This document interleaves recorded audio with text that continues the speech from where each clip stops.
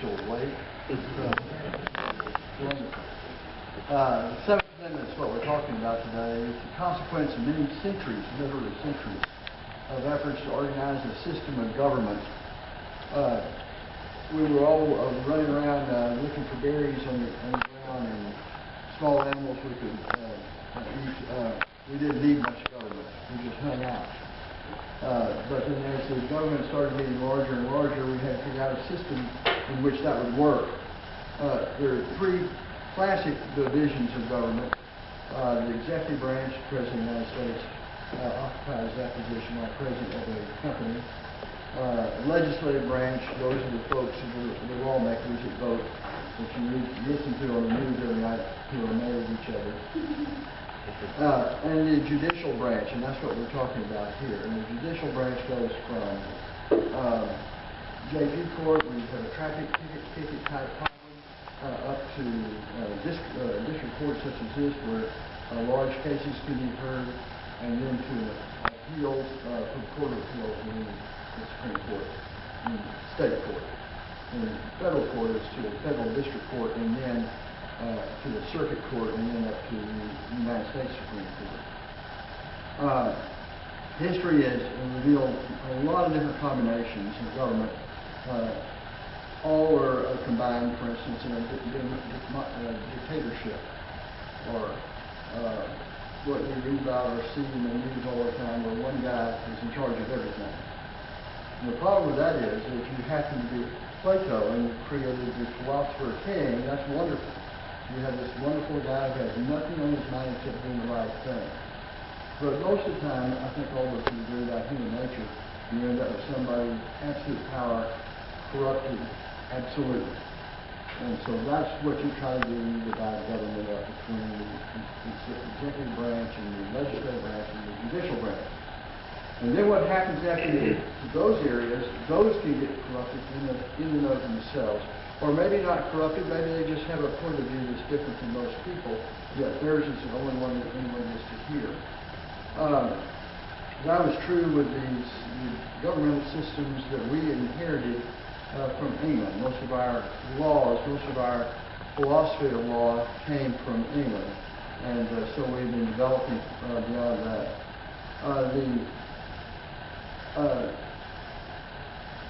The jury system itself has been experimented with since, thousands of years ago. Socrates was in front of a jury when they condemned him to death. And one of the rules that came out of that was if we had different witnesses, and somebody said, wait a minute, we can't have all witnesses in the trial at the same time because we'll hear what the other guy says, and then their testimony will be corrupted. So they created the rule. The rule is that if you're a witness, you're going to be instructed not to talk to anybody about what other people have said and stay out of the courtroom. If I was trying a case now and Judge Kennedy was presiding over the case and I stood up at the beginning of the trial, I wouldn't have to say anything other than, Your Honor, we invoke the rule. And she, okay, all witnesses stand up, I swear you're in, you have to leave the room, you can't talk to anybody about what's going on in here until it's your turn to testify, trying to keep a purity of the testimony itself. That was because of Socrates, a bunch of years ago, creating and experimenting with the idea of a jury system and how it could best serve the citizens.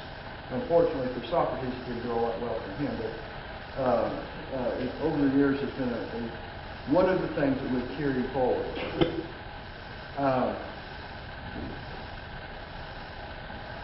Judges have a lot of power, and in history, many times that power has been abused.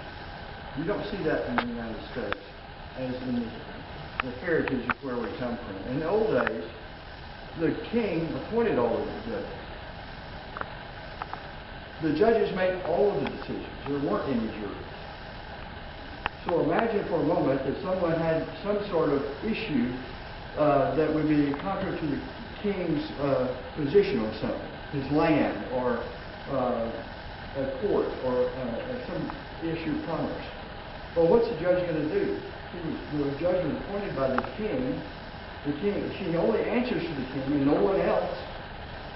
not a real good system for somebody who has something that's not on the side of the king for something to be done. So those are some of the issues that had to be worked out to create a system where the people had individual power. And the jury system is one of the fundamental reasons for that. In American jurisprudence, as I said, was created from rules from England. The dukes or landed gentry got mad at the king for lack of power and abuse, dealing with such things as pulling the strings of judges, and threatened to invade the castle, take it over. And there was a big fight about it. King John finally agreed to the Magna Carta in 1215. And part of that Magna Carta had to do with the fact that they wanted independent judiciary, independent ability to have their grievances heard by somebody who was going to go out of the courtroom and into a room where the king just tell him what to do.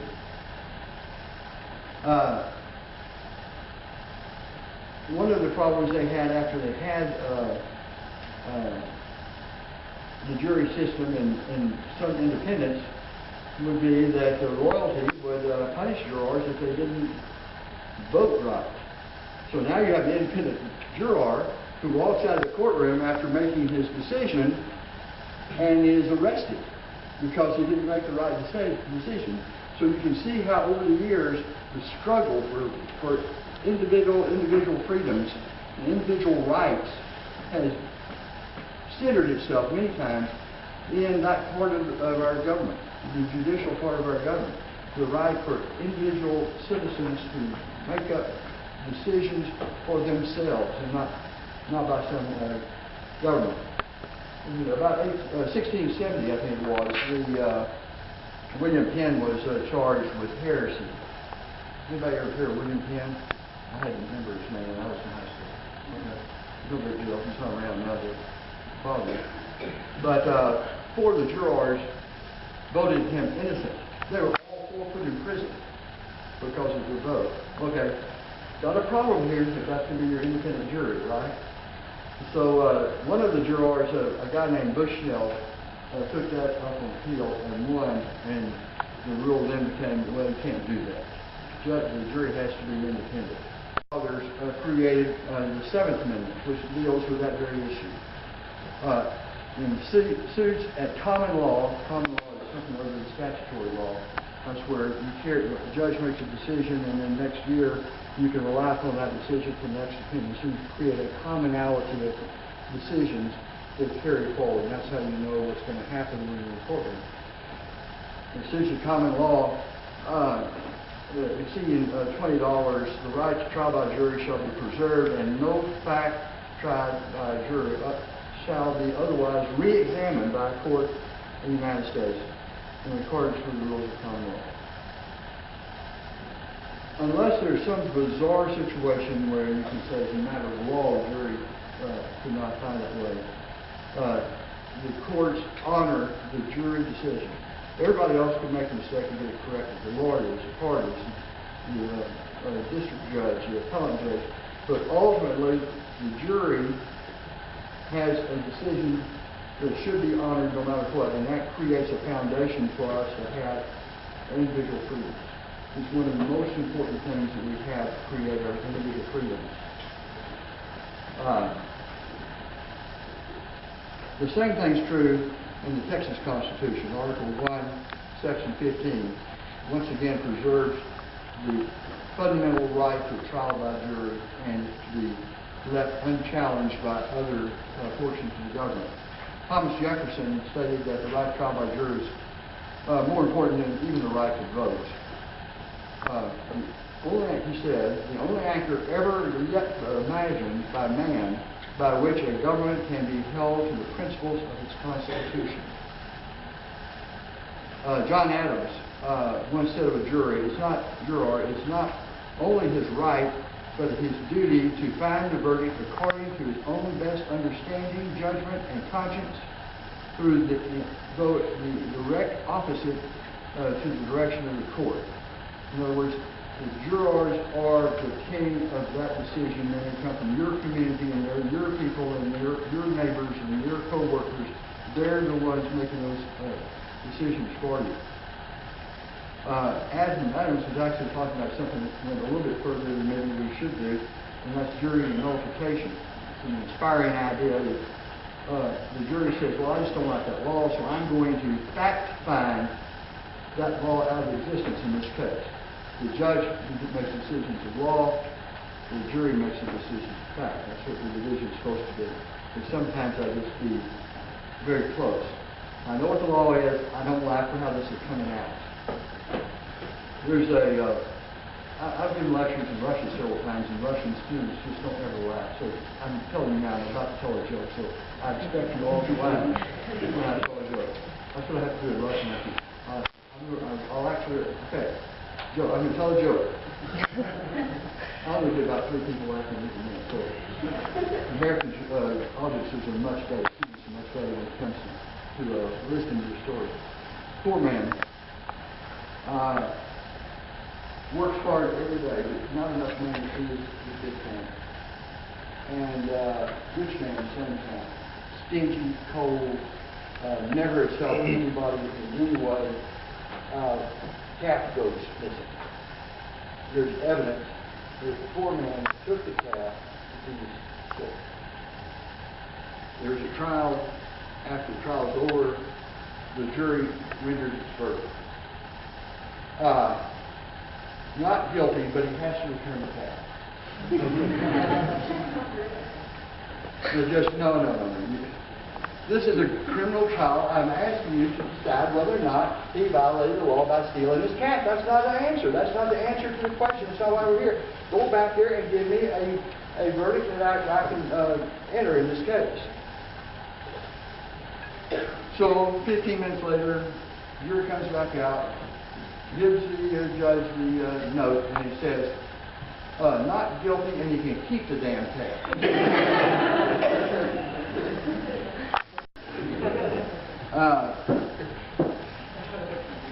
Notwithstanding the passage of equal protection, 14th Amendment to the Constitution in 1868, the right to serve on a jury if you were black was effectively did not happen until after the Civil Rights Movement in the 60s.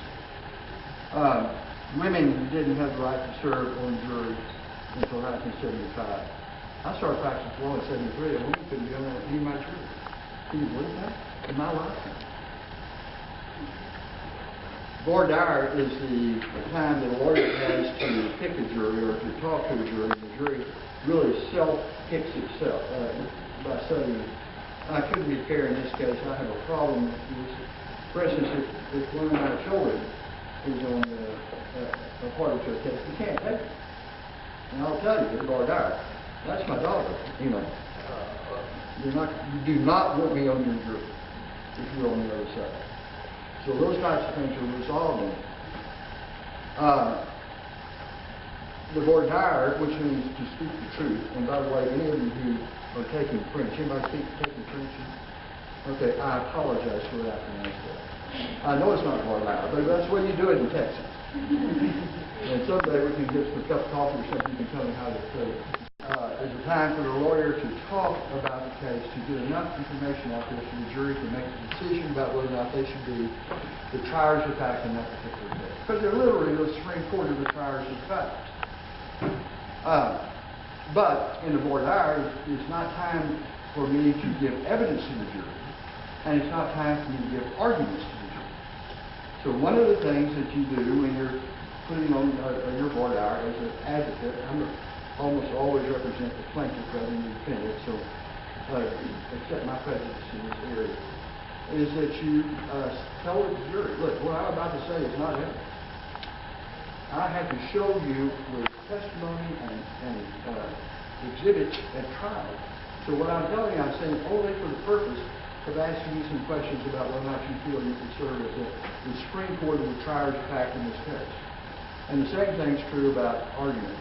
I can say things about what I intend to prove, but I can't try to give my closing argument at that time. The judge is going to correct me if I try to do that. It's the proper time to do it.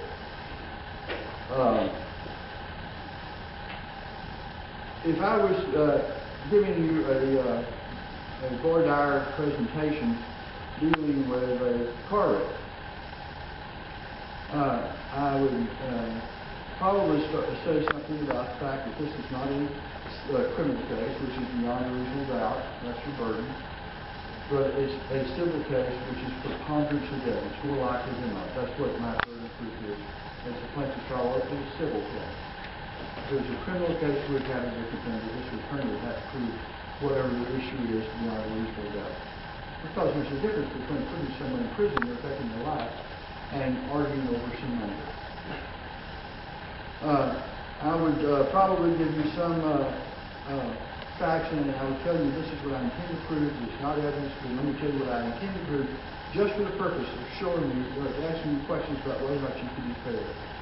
I intend to prove that on June 3rd last year, my client was hit from behind by the defendant while stopped at a stoplight at Broadway in Houston. Unspeeded. Mr. Jones was taken from the accident site to the Medical Center Hospital.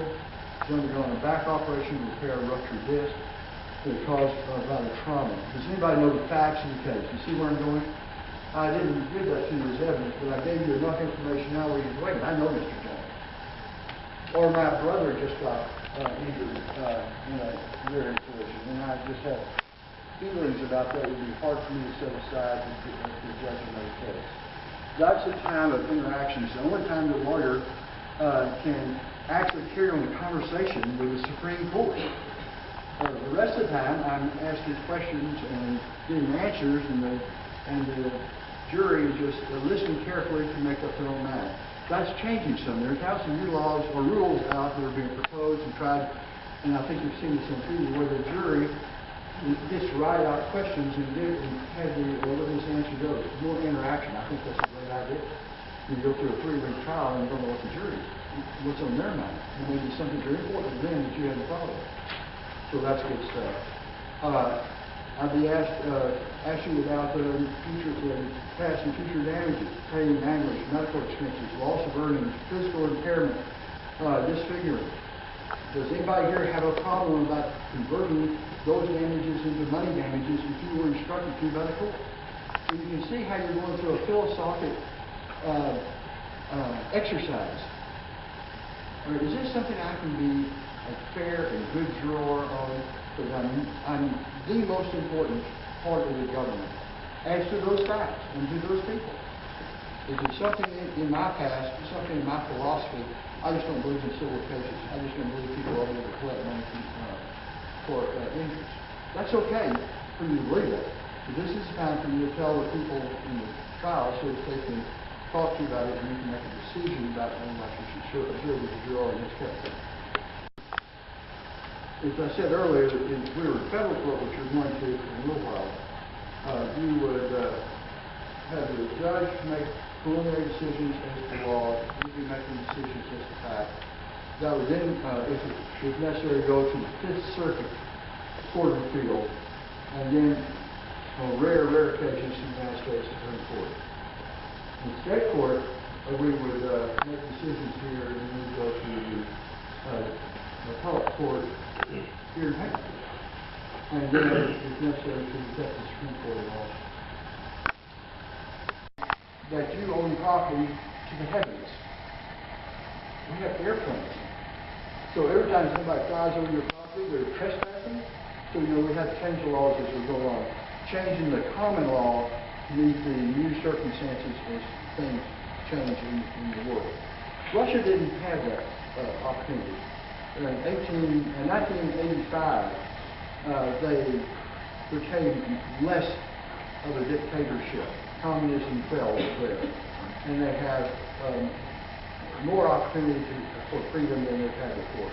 But their whole judicial system, who the lawyers are, just started. They're infants. They're not stupid. They're not uneducated, but they're infants when it comes to the judicial practice. And so they have invited people like me to go over and give lectures to students in their universities about how we do it over here, and what philosophical positions they should take to develop a trial practice, to develop a practice dealing with estates and any issue that comes up in law. But they are so, the Bar Association says itself, you don't have to be a member of a bar association. You don't have to prove that you have a minimal amount of education. You know, you can just wake up one morning and say, I'm a lawyer. You know, and so there you are a lawyer. And then you have the same problem with the judicial system. You have a judge, how is he picked? How do you get rid of him if you don't like him? How do you appeal from that? All of that is brand new, and it's not just a matter of being American or philosophy we follow the time. They're hamstrung on things like, does a new business want to come to town? Really? What foreseeability does he have that the next week someone might do something next door that will cause him not to be able to pursue his business? Who does he go to? How does he fight that? What judicial decisions can he look to from the past that shows what the judges are going to do? So all of that stuff is brand new to them, and they are starving. So they're smart people, they're good people, and they don't have the legal infrastructure necessary to have the foreseeability of how to practice, whether it's medicine or business or anything else. It's an interesting thing to watch because they're smart people, so they're going to find a way to get there. But they're a long way from being there right now. So it's fun to go there and have that advantage of all of the stuff I just did with Randy about how things should work. Any other? Did I answer your question? So there's also lots of going. Oh my gosh. Yeah, and everything's international. The airbag defect recently. It's in General Motors cars. It's in BMW, all of the Japanese vehicles, where sometimes there'd be too much pressure, they would explode, and it could actually put a shrapnel at you. And so some people have been injured as a result of it. The airbag was made by, I think, a company in Japan. So it's not related to any of the automobile manufacturers. So you run into the problem of, if you have a problem, who do you sue and where are they? You know, how do you get them into this courtroom right here if they are in Japan? But all of the commerce has become international now. And that's something Russians are noticing. Wait a minute. You know, how am I going to get my fair share of the international commerce if I don't have a judicial system that people understand and trust? So those are issues that are continually occurring throughout the entire world. When I started practicing, each state had its own set of rules about everything. You get into a contract with somebody in Oklahoma and you have a different set of rules. You can't do that. You know, how are you going to practice business if you can't drive across Highway 20 in little ways and still enter into a contract? So now we have a uniform commercial code, and we have laws that we've all adopted throughout the United States. But that whole idea of commonality of law and the application of those laws is a huge thing. You're going to see it 30 years from now, 40 years from now. I remember when Blake Bailey said, I now see that happening in Hungary or, Argentina or something.